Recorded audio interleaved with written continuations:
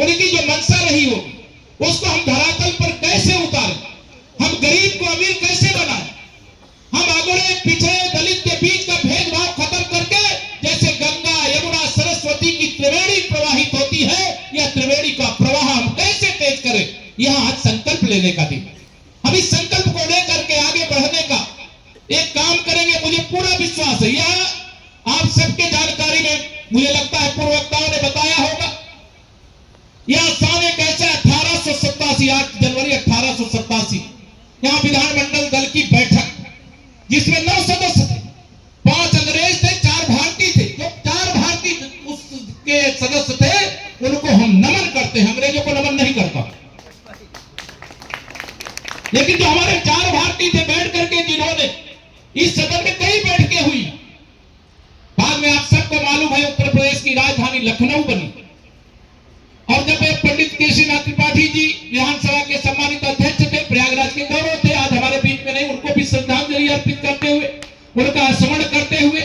उन्होंने यहाँ पर पूरे विधानमंडल दल की बैठक भी बुलाई थी। वह मैं देख रहा हूँ यहाँ शिलालेख में अंकित है और यह भी मैं कहना चाहता हूँ कि इसको और बड़ा स्वरूप देने का काम हम लोग जो भी कर सकते हैं वो करेंगे। अलग से कार्य योजना प्रयाग गौरव अनुभूति के जो पदाधिकारी हैं, जो सदस्य हैं, केवल ये उनका काम नहीं है, प्रयागराज के गौरव से जुड़े हुए सभी जो वर्तमान माननीय सदस्य हैं, चाहे लोकसभा में है, चाहे राज्यसभा में है, चाहे विधानसभा में है, चाहे विधान परिषद में, चाहे नगर निगम में है, चाहे जिला पंचायत में है, चाहे ब्लॉक में, हम सब का एक ये परिवार है और इस परिवार को मिलकर के एक ऐसी कार्य योजना प्रयाग में क्या था, क्या है और क्या होना चाहिए, इसका विचार करें, विचार करके सुझाव दीजिए। मैं आप सबको आज यहाँ पर पूरे विश्वास से कहना चाहता हूं, डबल इंजन सरकार का खजाना देश के लिए, प्रदेश के लिए तो खुला ही है, लेकिन प्रयागराज के लिए खजाने की चाबी प्रयागराज के पास है। इसी हाथ में क्या करना है, इसका विचार करना चाहिए। यह सही है, बहुत सारे काम हो गए, सड़कें चौड़ी हो गई, बिजली पहले की तुलना में ज्यादा आ रही है, कानून व्यवस्था चुस्त दुरुस्त है, बड़े बड़े अपराधी, बड़े बड़े माफिया, बड़े बड़े गुंडे आज दिल्ली बने हुए घूम रहे हैं, लेकिन ये कानून व्यवस्था चुस्त दुरुस्त है तो आप सबके कारण है। आज विकास हुआ तो आप सबके कारण है। अगर यहाँ पर कमल का फूल नहीं खिला होता तो यह विकास का जो स्वरूप आप वर्तमान में देख रहे हैं ये नहीं देख रहे होते। प्रयागराज में हमारे श्रद्धेय डॉक्टर मुरली मनोहर जोशी जी ने यमुना जी पर एक बहुत ऐसा पुल बनाया कि यमुना पार जो आईसीयू में पड़ा था वो एकदम खुली सांस लेने के लिए स्वतंत्रता उसको प्राप्त हुई। लेकिन आज हमारे पास गंगा जी पर 6 लेन का भव्य ब्रिज बन रहा है, जल्दी बनकर के तैयार हो, इसके लिए प्रयास किए जा रहे हैं। प्रयागराज का रिंग रोड बन रहा है, आज उस रिंग रोड का निरीक्षण करने के लिए भी मैं यहां से जाऊंगा। लेकिन यह प्रयागराज का रिंग रोड बनना, प्रयागराज का सेतु बनना,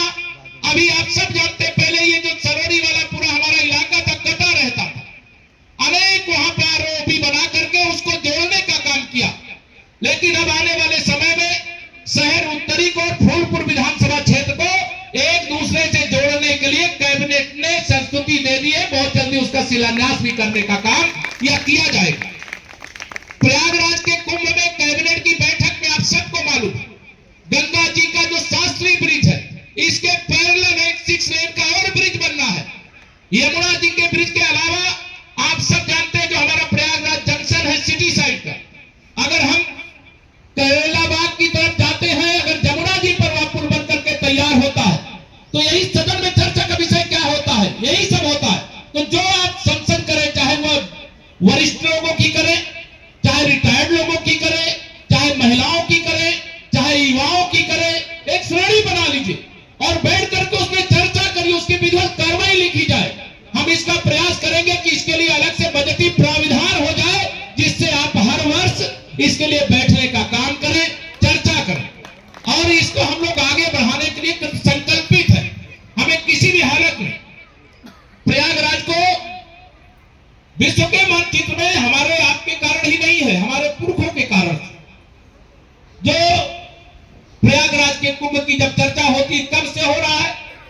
हम लोगों को शायद मालूम नहीं है, लेकिन हो रहा है। आज तो व्यवस्थाएं, कभी व्यवस्थाएं नहीं होती थी लेकिन तब भी कुंभ होता था,